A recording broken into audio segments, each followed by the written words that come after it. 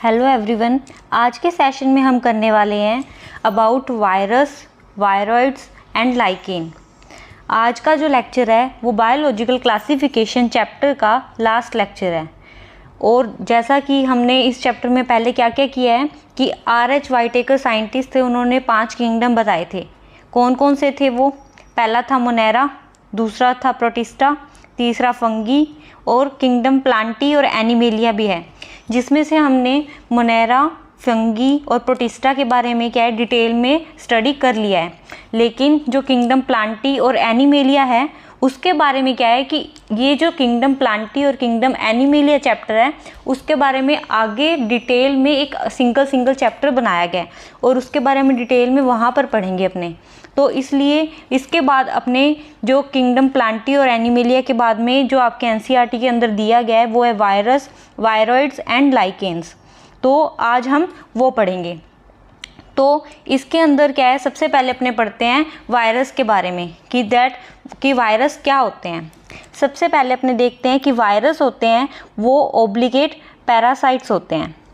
क्या होते हैं? Obligate parasites. अब इसका क्या मतलब होता है?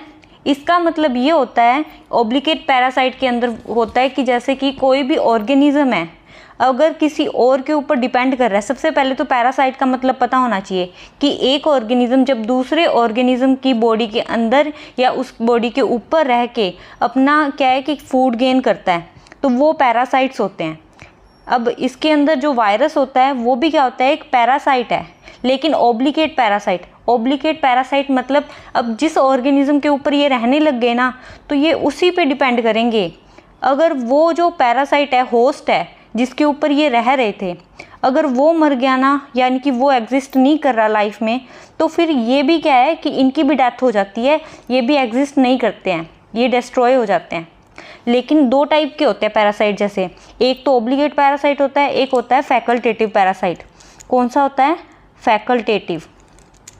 अब इसके अंदर पता है क्या होता है, ये तो क्या कहता है कि अगर मान लो जिसके ऊपर ये रह रहा था, ठीक है, फैकल्टेटिव का एग्जांपल बता रही हूँ कि कोई ऑर्गेनिज्म किसी दूसरे ऑर्गेनिज्म के ऊपर रह रहा है, फिर अगर मान लो कि वो मर जाता है जिसके ऊपर वो रह रहा था ऑर्गेनिज्म, फिर अगर वो मर गया ना तो वो क्या करेगा कि तू नहीं तो किसी और के ऊपर रह लूँगा मैं तो, और वो किसी और के ऊपर जाके रहने लग जाता है और अपनी लाइफ को आगे बढ़ाता है। लेकिन ऑब्लिगेट पैरासाइट ऐसे होते हैं जो क्या है कि किसी और के ऊपर डिपेंड नहीं करते। एक बार जिसके ऊपर डिपेंड करने लग गए, अगर वो मर गया तो उसके साथ साथ में ये भी मर जाते हैं, ठीक है। तो ये होते हैं ऑब्लिगेट पैरासाइट।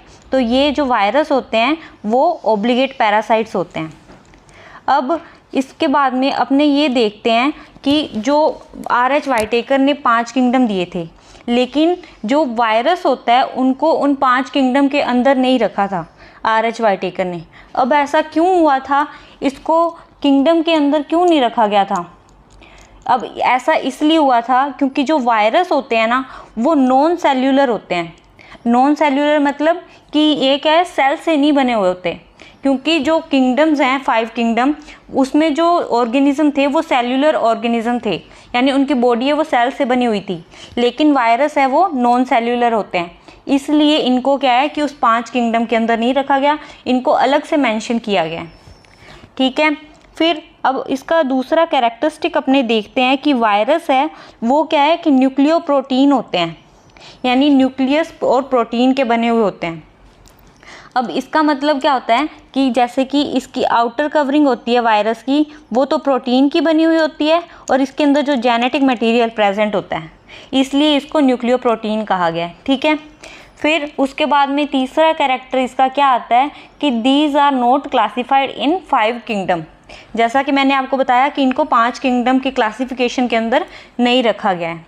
फिर इसका 4th कैरेक्टरिस्टिक क्या है कि no metabolism and reproduction outside the host. यानी इसका मतलब क्या होता है कि जब भी कोई वायरस है एक होस्ट की बॉडी से बाहर है तो क्या होगा, ना तो उसके अंदर मेटाबॉलिज्म का प्रोसेस होता है और ना ही रिप्रोडक्शन कर सकते हैं वो। तो इसका मतलब क्या है अब कि आउटसाइड द होस्ट ये नहीं कर रहे, इसका मतलब होस्ट के अंदर करेंगे। तो हाँ, ये सही है कि जब भी कोई भी वायरस है किसी ऑर्गेनिज्म की बॉडी के अंदर चला जाता है एज एन पैरासाइट, तब क्या करते हैं, तब उसके अंदर मेटाबॉलिज्म का प्रोसेस भी शुरू हो जाता है और ये रिप्रोडक्शन करके अपना नंबर भी बढ़ाने लग जाते हैं। लेकिन जैसे ये ऑर्गेनिज्म की बॉडी से बाहर होते हैं तब ना तो इसमें मेटाबॉलिज्म होगा और ना ही ये रिप्रोडक्शन करेंगे, यानी कि अपने नंबर भी इंक्रीज नहीं करते हैं। तो एक ऑर्गेनिज्म होता है, उसकी बॉडी है, वो इसके लिए क्या है, लाइफ का काम करती है कि वहाँ पे ये क्या है, अपने नंबर बढ़ाते रहते हैं रिप्रोडक्शन के प्रोसेस के थ्रू। तो इसीलिए जैसे कि हमें कोई फ्लू वगैरह होता है, कॉमन कोल्ड होता है, ठीक है, तब उसमें भी ऐसे ही होता है कि जब कोई वायरस अपनी बॉडी के अंदर जाता है तो उसके नंबर है वो इंक्रीज होने लग जाता है, ये ग्रो करने लग जाता है और हमें क्या है कि फ्लू वगैरह या कोल्ड हो जाता है। अब इसका नेक्स्ट कैरेक्टरिस्टिक अपने अगर देखें तो वो क्या होगा कि connective link between living and non living. अब इसका क्या मतलब हुआ, जैसा कि मैंने बताया कि अगर ये अपनी ऑर्गेनिज्म की बॉडी से बाहर है तो ये क्या होगा, डेड होगा। अगर अपनी बॉडी के अंदर है तो ये क्या होगा, अलाइव हो जाएगा, जिंदा हो जाएगा, एक सेल की तरह काम करने लग जाएगा। तो इसको क्या है, एक कनेक्टिव लिंक माना गया है। क्या माना गया, कनेक्टिव लिंक किस किस के बीच में, एक लिविंग के बीच में और नॉन लिविंग, यानी कि ये लिविंग भी हो सकता है और नॉन लिविंग भी। लिविंग कब होगा, जब किसी बॉडी के अंदर है, होस्ट की बॉडी के अंदर है तो लिविंग होगा, और होस्ट की बॉडी के बाहर है तो क्या हो जाएगा, ये नॉन लिविंग हो जाएगा। ओके, तो ये थे इसके वायरस के कैरेक्टरिस्टिक्स।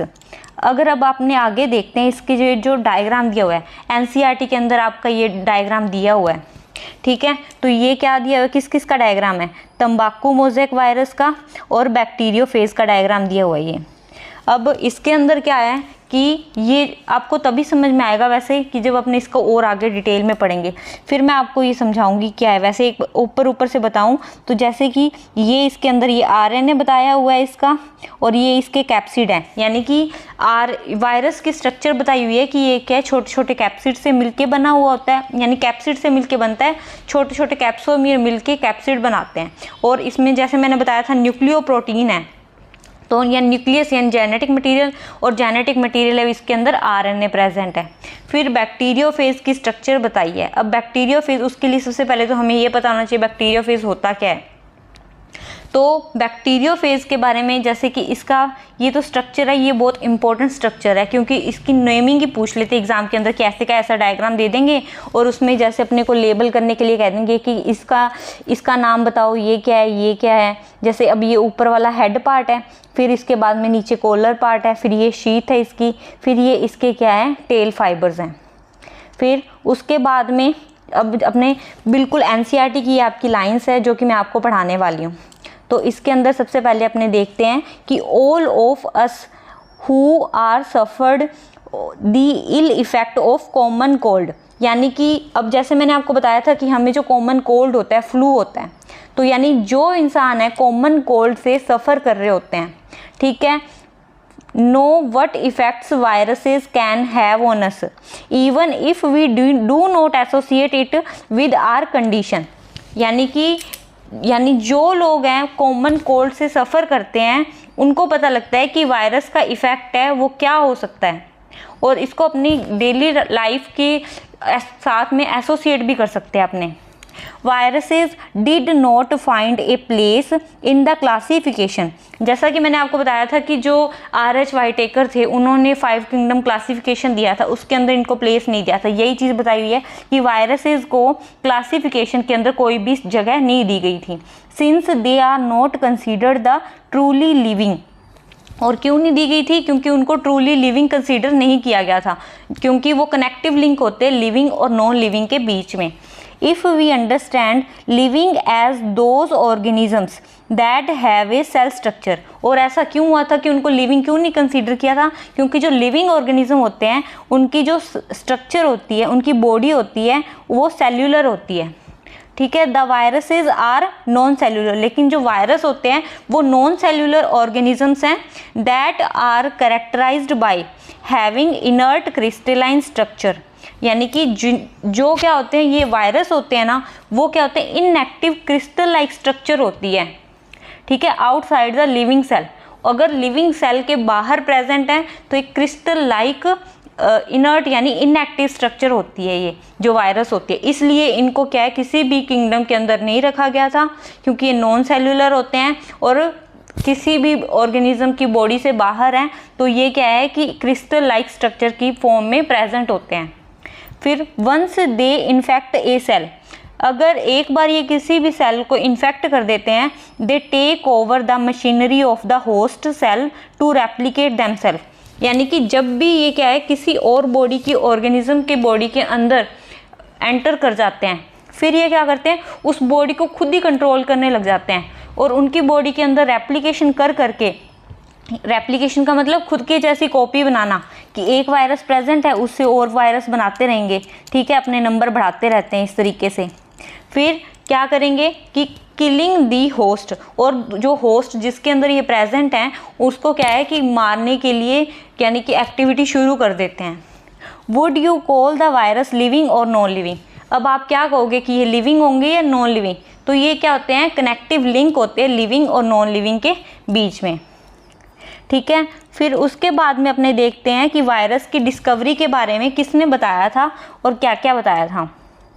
तो अब अपने देखते हैं, अब इसके अंदर क्या है कि सबसे पहले इसकी डिस्कवरी के बारे में, यानी कि सबसे पहले वायरस जो टर्म थी वो किसने दी थी, virus term given by the Lewis pasture. सबसे पहले ये याद रखना, आप एनसीईआरटी के अंदर दिया गया है इसके बारे में कि जो वायरस टर्म है वो किसने दी थी, लुईस पास्चर ने दी थी। फिर अपने को और क्या बताया गया है कि जो डिमिट्री इवानोवस्की है वो आए थे सबसे पहले, ठीक है। उन्होंने क्या किया था, they recognised certain microbes as casual causal organisms of the mosaic disease of तंबाकू। इन्होंने ये बताया था कि कुछ एक माइक्रोब्स ऐसे होते हैं जो क्या है कि तंबाकू में मोज़ेक डिजीज़ कोज करते हैं, ठीक है। These were found to be smaller than bacteria, और उन्होंने ये पाया था कि जो माइक्रोब है तंबाकू प्लांट के अंदर मोज़ेक डिजीज़ कोज कर रहे हैं, यानी कि कारण है इसका, तो वो क्या है कि बैक्टीरिया से भी छोटे ऑर्गेनिज्म हैं। और ऐसा इन्होंने कैसे पता लगाया था, इन्होंने क्या किया था, जो बैक्टीरिया प्रूफ फिल्टर्स होते हैं उसमें से इन माइक्रोब्स को पास आउट करके देखा, तो उस फिल्टर में से क्या थे, वो जो ऑर्गेनिज्म थे, ये माइक्रोब्स थे, वो पास हो रहे थे, यानी बैक्टीरिया के फिल्टर में से भी पास हो रहे हैं, तो बैक्टीरिया से छोटे हैं, ठीक है। फिर उसके बाद में ये तो थे इवानोवस्की, जो कब आए थे 1892। अब ये जो सन है ना, इसका जो ईयर दिया हुआ है 1892 के अंदर, ये आपके एनसीईआरटी के अंदर ही दिया हुआ है, तो यानी कि ये क्या है कि बहुत इंपॉर्टेंट है, आपको ये ईयर्स भी इसके याद करने पड़ेंगे कि इवानोवस्की ने जो वायरस के बारे में बताया था वो कब बताया था, ठीक है। फिर उसके बाद में अपने नेक्स्ट देखते हैं कॉन्टेजियम वाइवम फ्लूइड। अब इस फ्लूइड के बारे में किसने बताया था अपने ये देखते हैं, यानी जो इवानोवस्की आए थे उनके बाद में MW बेजरिंग आए थे, और उन्होंने 1898 के अंदर ये बताया था, he demonstrated that the extract of the infected plant, यानी कि जो इन्फेक्टेड प्लांट हैं उनका एक्सट्रैक्ट निकाल के देखा उन्होंने, यानी कि तंबाकू का जो इन्फेक्टेड प्लांट्स है तंबाकू वाले, उनका एक्सट्रैक्ट निकाल के देखा। उन्होंने देखा कि इनके अंदर एक ऐसा फ्लूइड प्रेजेंट था जो क्या है कि इसमें डिजीज़ कोज कर रहा था, और उस फ्लूइड को MW बेजरिंग ने क्या नाम दिया था, कॉन्टेजियम वाइवम फ्लूइडम, और इसका मतलब क्या होता है, इन्फेक्शियस लिविंग फ्लूइड, यानी कि जो क्या है कि लिविंग ऑर्गेनिज्म के अंदर इन्फेक्शन कोज कर रहा था। और ये जो कॉन्टेजियम वाइवम फ्लूइड नाम दिया वो क्या बहुत इंपॉर्टेंट नाम है, कि अब इसमें ये क्वेश्चन बन सकता है कि कॉन्टेजियम वाइवम फ्लूइडम का मतलब क्या है, या इसके बारे में किसने बताया था और कब बताया था, यानी कि इस वायरस पैथोजन के बारे में फिर उसके बाद में किसने बताया, MW बेजरिंग ने बताया। पहले DJ इवानोवस्की ने बताया था, फिर उसके बाद में MW बेजरिंग ने बताया है। कब बताया है, 1898 में, और जो इवानोवस्की थे उन्होंने 1892 के अंदर बताया था। ये साथ में इसके ईयर्स भी याद कर लेना कि किसने कब बताया था। फिर उसके बाद में आते हैं WM स्टैनले। अब ये इन्होंने कब बताया, 1935 के अंदर। इन्होंने क्या बताया था कि WM Stanley showed that viruses could be crystallised and crystals consist largely of the proteins. इन्होंने ये बताया था कि जो वायरस होते हैं ये क्या होते हैं, क्रिस्टलाइज्ड फॉर्म में, क्रिस्टल्स की फॉर्म में प्रेजेंट होते हैं, जिसके अंदर क्या होते हैं, large number of proteins present होते हैं। ठीक है, अब इसके बारे में इन्होंने बताया था। अब एनसीईआरटी के अंदर जो लाइंस आपको दी हुई हैं एज इट इज़, जो मैंने आपको बताया है वो आपको पढ़ के बता देती हूँ क्या क्या कैसे कैसे दिया हुआ है, ताकि आपको पढ़ने में क्या है आसानी होगी। फिर देखो, virus means venom and poisonous fluid. Virus का मतलब क्या होता है, विनोम यानी जहर या पॉइजनस फ्लूइड जहरीला लिक्विड। ठीक है, डिमित्री इवानोवस्की 1892 यानी कि इवानोवस्की ने 1892 के अंदर रिकॉग्नाइज्ड दैट सर्टेन माइक्रोब्स, कुछ एक microbes causes the organisms of the mosaic disease, यानी कि क्या है, कुछ एक माइक्रोब ऐसे होते हैं जो मोज़ेक डिजीज को कोज करते हैं, किसमें, इन तंबाकू plants. These were found to be smaller than the bacteria। इन्होंने ये फाइंड आउट किया कि ये जो वायरस हैं, है ना, ये माइक्रोब्स हैं, ये बैक्टीरिया से भी छोटे होते हैं। और कैसे फाइंड आउट किया था, because they passed through the bacteria proof filters, यानी कि इन्होंने बैक्टीरिया प्रूफ फिल्टर्स थे उसमें से इसको पास आउट करके देखा, तो ये जो वायरस थे क्या है कि उस फिल्टर में से भी क्या है पास आउट हो रहे थे, यानी कि फिल्टर नहीं हुए, बाहर उस छलनी के ऊपर नहीं रहे। ठीक है, तो इस वजह से उनको पता लगा कि ये तो बैक्टीरिया से भी छोटे माइक्रोब्स है जो भी हैं। फिर उसके बाद में आए थे M.W. बेजरिंग 1898 के अंदर। He demonstrated that the extract of an infected plants, यानी कि जो इन्फेक्टेड प्लांट्स का एक्सट्रैक्ट था, यानी कि उनका ना मतलब आप ऐसे मान सकते हो, एक्सट्रैक्ट का मतलब है कि जो डिजीज़ कोज कर रहा था ना उसका हल्का सा लिक्विड निकाल के देखा इन्होंने। ठीक है, extract of infected plants of तंबाकू could causes the infection in healthy plants and named the new pathogen virus and called the fluid, यानी कि उस पैथोजन को तो वायरस नाम दिया, यानी कहा उन्होंने, और उसको फ्लूइड को क्या कहा, कॉन्टेजियम वाइवम फ्लूइडम। इसका मतलब क्या है, इन्फेक्शियस लिविंग फ्लूइड। फिर उसके बाद आए थे WM स्टैनले। कब आए थे, 1935 के अंदर। He showed that the viruses could be crystallized and crystals consist largely of the proteins, यानी कि जो वायरस होते हैं वो क्रिस्टल फॉर्म में प्रेजेंट होते हैं और इसके अंदर large number of proteins present होते हैं। They are inert outside and their specified host cell, यानी कि जब किसी होस्ट सेल की बॉडी के बाहर होते हैं तो इनएक्टिव होते हैं और ऑब्लिगेट पैरासाइट की फॉर्म में होते हैं, जैसा कि मैंने आपको बताया कि जिसके ऊपर डिपेंड करते हैं, बस उसी पर डिपेंड करते हैं। अगर वो मर जाता है तो वो ये भी क्या है, एग्जिस्ट नहीं करते हैं लाइफ के अंदर। तो ये आपकी एनसीईआरटी की लाइन्स है जो कि आपको एज इट इज़ मैंने रीड करवा दी।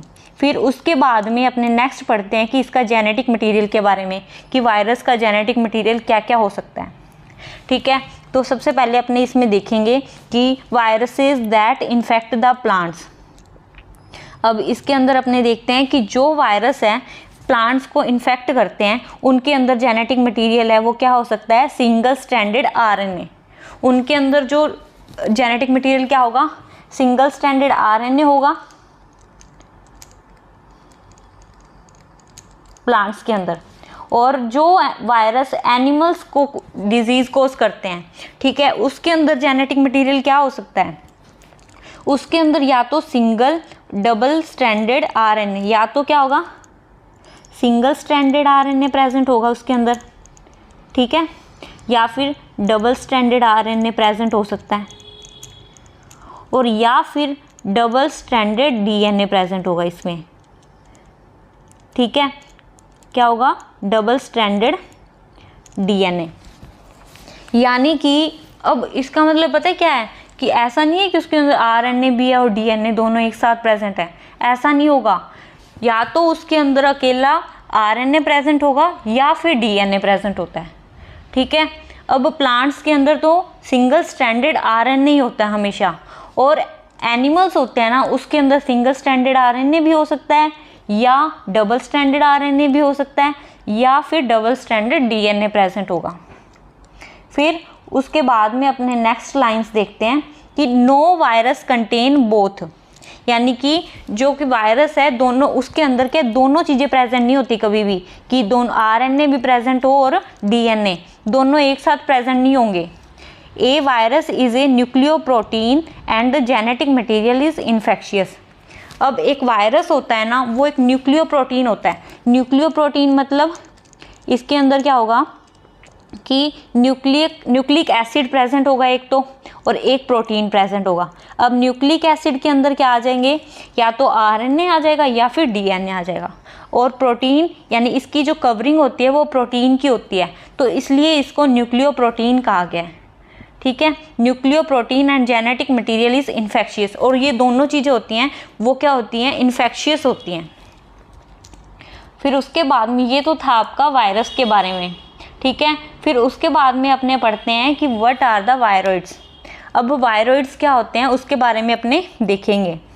तो वायरस के बारे में अपने रीड कर लिया, अब उसके बाद में वायरॉइड के बारे में किसने बताया था अपने ये देखेंगे सबसे पहले।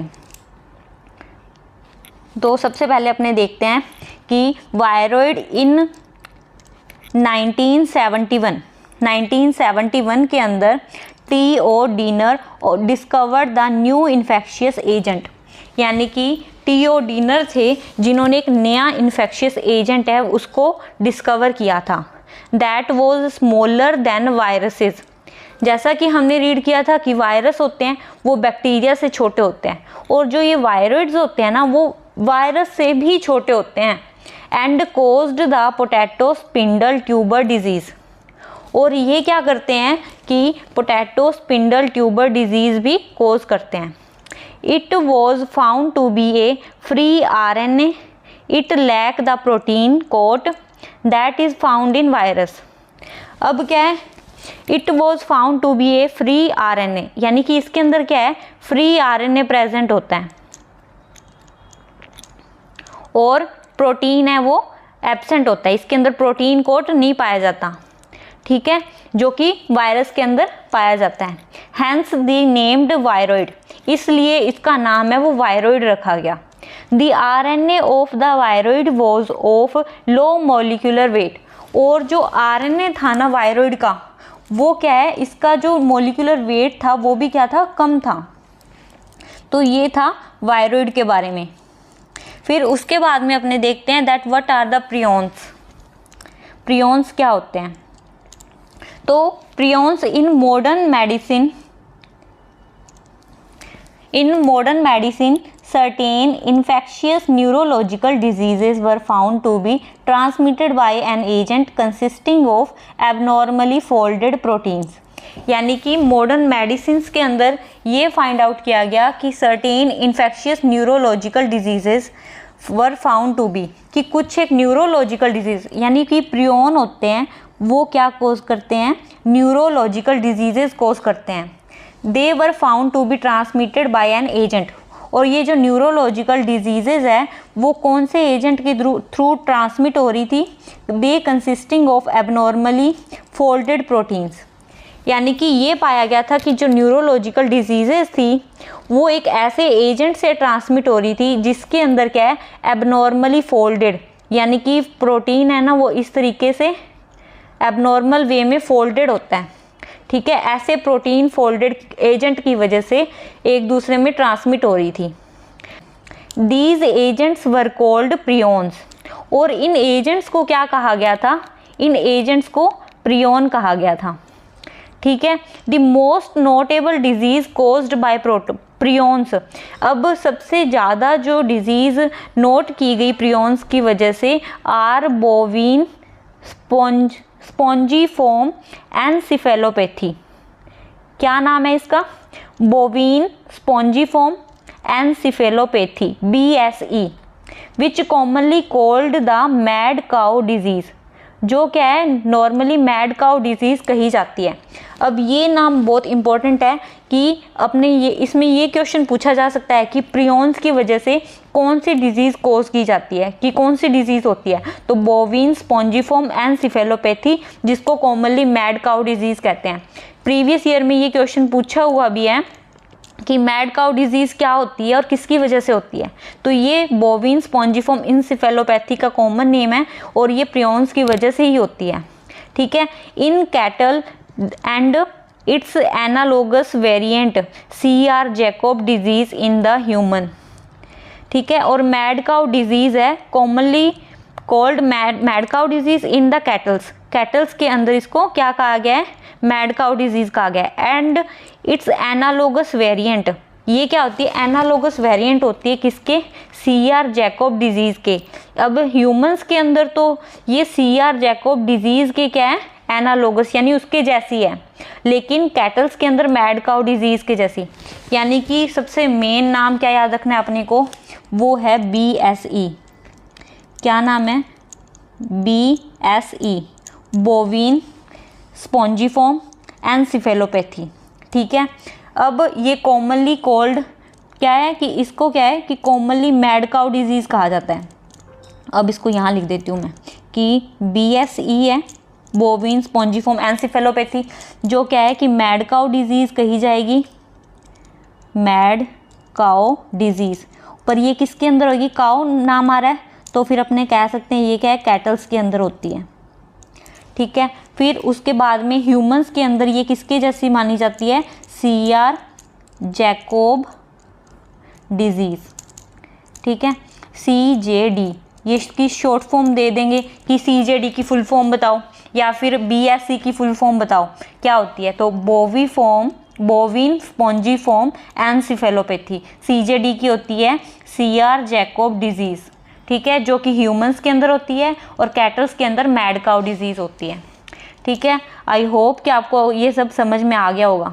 अगर आपको ये समझ में नहीं आया, कोई भी किसी भी तरीके का आपको डाउट है, तो आप मेरे से कमेंट सेक्शन में पूछ सकते हैं। I will surely answer your doubts.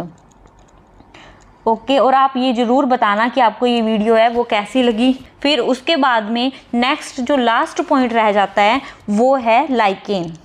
Lichen क्या होते हैं, वैसे लाइकेन के बारे में मैंने एक अलग से भी वीडियो बनाई हुई है, जिसके अंदर मैंने क्या है कि इसका पूरा बताया हुआ है कि ये क्या होता है। आप वहाँ पे भी देख सकते हैं, और हालांकि यहाँ पे भी मैं आपको बताने वाली हूँ, तो आप यहीं से भी रीड कर लें तो समझ आएगा अच्छे से। तो सबसे पहले क्या है कि लाइकेन्स क्या होते हैं। Lichens are the symbiotic associations. अब सिम्बायोटिक एसोसिएशन का मतलब क्या होता है कि जब कोई भी एक ऑर्गेनिज्म दूसरे ऑर्गेनिज्म के साथ मिलके अपनी लाइफ को स्पेंड करता है, उसको बोलते हैं सिम्बायोसिस। ठीक है। दोनों एक साथ रह रहे हैं, ये इसको क्या करेगा, फ़ायदा पहुंचाता है, और ये वाला इसको फ़ायदा पहुंचाता है, वो होता है सिम्बायोटिक एसोसिएशन। ऐसा ही एक ऑर्गेनिज्म होता है लाइकेन। ठीक है। अब इसमें अपने ये पढ़ेंगे कि कौन कौन से ऑर्गेनिज्म आपस में साथ में रहते हैं और एक दूसरे को फ़ायदा पहुंचाते हैं, और कैसे रहते हैं एक दूसरे के साथ। तो सबसे पहले इसमें अपने देखते हैं कि lichens are the symbiotic associations that is mutually useful association. जो कि यूजफुल एसोसिएशन है, दोनों को क्या है कि फ़ायदा होता है, कोई भी नुकसान नहीं होता। Between the algae and fungi, और ये किसके बीच में होता है, एल्गी और फंगी के बीच में होता है। ठीक है। अब इसमें जो एल्गी होते हैं वो क्या करते हैं, वो तो फूड प्रोवाइड करते हैं किसको, फंगी को, और फंगी क्या करती है, वो क्या करती है, इसको प्रोटेक्शन प्रोवाइड करती है। The algal components is known as the phycobiont. अब जो एल्गल कंपोनेंट होंगे ना, उनको क्या कहेंगे, उनको तो कहते हैं फाइकोबायोट। ठीक है, फाइकोबायोट कहते हैं। और जो फंगल कंपोनेंट होते हैं उनको बोलते हैं माइकोबायोट। और which are autotrophic and heterotrophic. अब ये ऑटोट्रॉफिक भी होते हैं, और ये जो अब एल्गी है वो तो ऑटोट्रॉफिक है, क्योंकि ये क्या करते हैं, फोटोसिंथेसिस करके खुद खाना बनाते हैं। और जो फंगी होते हैं वो हेटेरोट्रॉफिक होते हैं। अब हेटेरोट्रॉफिक कैसे होते हैं, क्योंकि ये दूसरों के ऊपर खाने के लिए डिपेंड रहते हैं। और algae prepare food for fungi and fungi provide shelter and absorb mineral nutrients. अब ये क्या है, एल्गी जैसा मैंने आपको बताया था कि ये फूड प्रिपेयर करता है, और फंगी क्या है कि इसको शेल्टर प्रोवाइड करता है। और शेल्टर प्रोवाइड करने के साथ साथ में फंगी एक काम और करता है, वो क्या करता है, ये एब्जॉर्ब करता है मिनरल्स को और न्यूट्रिएंट्स को, और वाटर फॉर इट्स पार्टनर। यानी मिनरल न्यूट्रिएंट्स हैं और वाटर है, उसको क्या करेगा, ये एब्जॉर्ब करेगा। सो so close is their association that if one saw a lichen in nature, one would never imagine that they have two different organisms within them. यानी कि इन्होंने क्या कहा है कि जो लाइकेन के अंदर एल्गी और फंगी होते हैं वो इतना क्लोज होते हैं आपस में कि कोई भी एक दूसरा ऑर्गेनिज्म है वो ये देख के नहीं बता सकता कि ये एक ऑर्गेनिज्म नहीं बल्कि दो डिफरेंट ऑर्गेनिज्म साथ में रह रहे हैं, कि इमेजिन भी नहीं कर सकते कि ये दो ऑर्गेनिज्म हैं, वो देखने में एक ही लगते हैं। Lichens are very good pollution indicator. ये लाइन है ना, वो सबसे मोस्ट इम्पॉर्टेंट लाइन है कि जो लाइकेन्स होते हैं वो गुड पोल्यूशन इंडिकेटर होते हैं। ये प्रीवियस ईयर में पूछा हुआ क्वेश्चन है, कोई भी कंपटीशन एग्जाम हो उनमें बहुत बार ये क्वेश्चन आया हुआ है कि लाइकेन पोल्यूशन इंडिकेटर होते हैं, कि मतलब क्वेश्चन में ऐसा दे दिया जाता है कि पोल्यूशन इंडिकेटर्स आर, फिर उसमें 4 ऑप्शन दिए होते हैं जिसमें एक ऑप्शन होता है लाइकेन। तो लाइकेन होते हैं वो पोल्यूशन इंडिकेटर होते हैं। और ऐसा किस वजह से इनको कहा जाता है, क्योंकि they do not grow in the polluted areas, और ये जो हैं वो पोल्यूटेड एरिया के अंदर ग्रो नहीं करते हैं। मतलब कि जहाँ पर ये प्रेजेंट होंगे वहाँ पर क्या है कि मान लेना कि पोल्यूशन नहीं है इसीलिए ये ग्रो कर रहे हैं, अदरवाइज वहाँ पर पोल्यूशन होता तो ये ग्रो नहीं करते। तो ये था हमारा virus, viroid and lichen topic, जो कि आज कंप्लीट हो चुका है। इसी के साथ में आपका बायोलॉजिकल क्लासिफिकेशन चैप्टर है वो भी कंप्लीट हो गया है। तो इससे अब नेक्स्ट जो चैप्टर अपने शुरू करने वाले हैं वो है प्लांट किंगडम, वो भी अपने जल्दी ही शुरू करेंगे। और आपको मेरी वीडियो कैसी लगी तो कमेंट करके ज़रूर बताना, और चैनल को सब्सक्राइब करना मत भूलना, ताकि आपको जो नेक्स्ट नोटिफिकेशंस हैं वो मिलते रहें कि कौन सी वीडियो अब अपलोड हो चुकी है। और इस वीडियो को लाइक करना मत भूलना। Thank you everyone.